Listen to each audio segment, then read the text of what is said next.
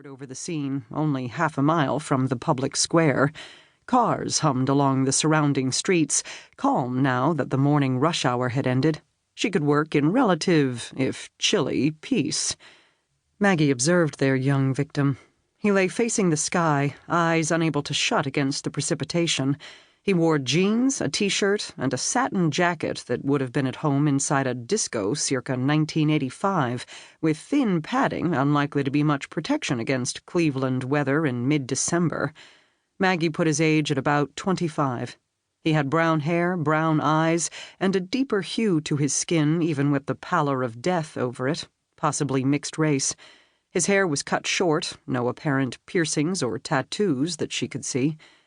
"Any ID?" Riley asked. "Wallet? Phone?" She patted his pockets, empty, and they couldn't turn him over to examine any rear pockets until the medical examiner's investigator arrived. But under the open jacket, he wore a white badge pinned to his shirt.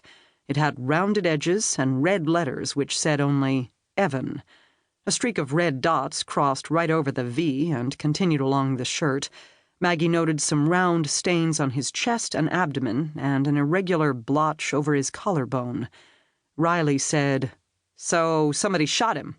"I'm not so sure. See those drops? Round spots imply blood fell on him when he was already laid out.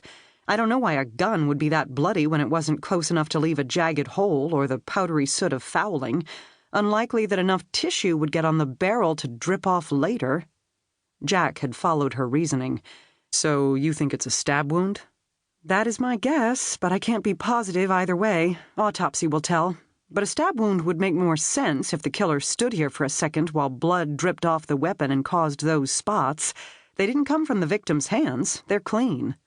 "So the killer waited," Jack said, making sure he was dead. He ought to know, Maggie thought. She said, "No injury to our victim's hands. Either he can't throw much of a punch, or he was swinging a weapon himself and the killer took it away with him. Or this was a blitz attack. He didn't even have time to put a hand up and feel his own wounds." Jack looked around. "So the guy walked out of here with a bloody weapon." "Or not," Riley said.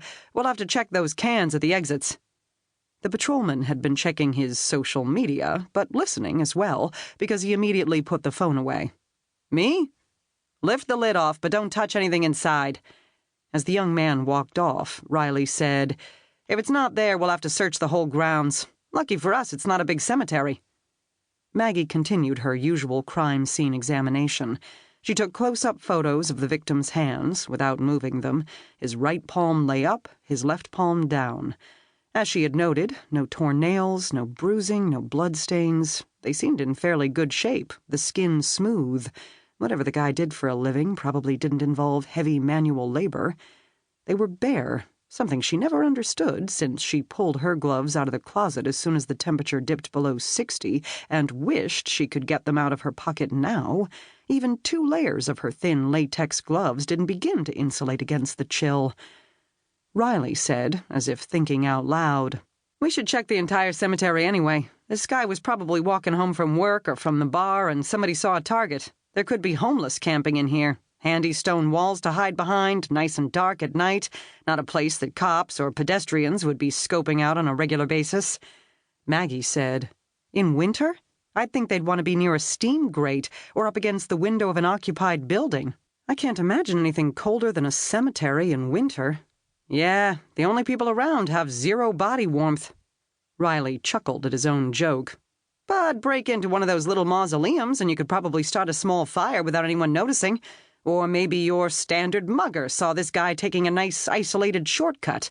It would have had to be before this place closed, though, or our victim couldn't have gotten in, unless they both jumped the fence."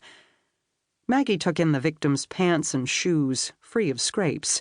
But then the cemetery had the high stone wall only on its 2 long sides. The east and west walls consisted of a shorter iron fence. The young man looked agile enough, especially if he found something to climb on first to allow him to clear the spiky finial at the top of each picket.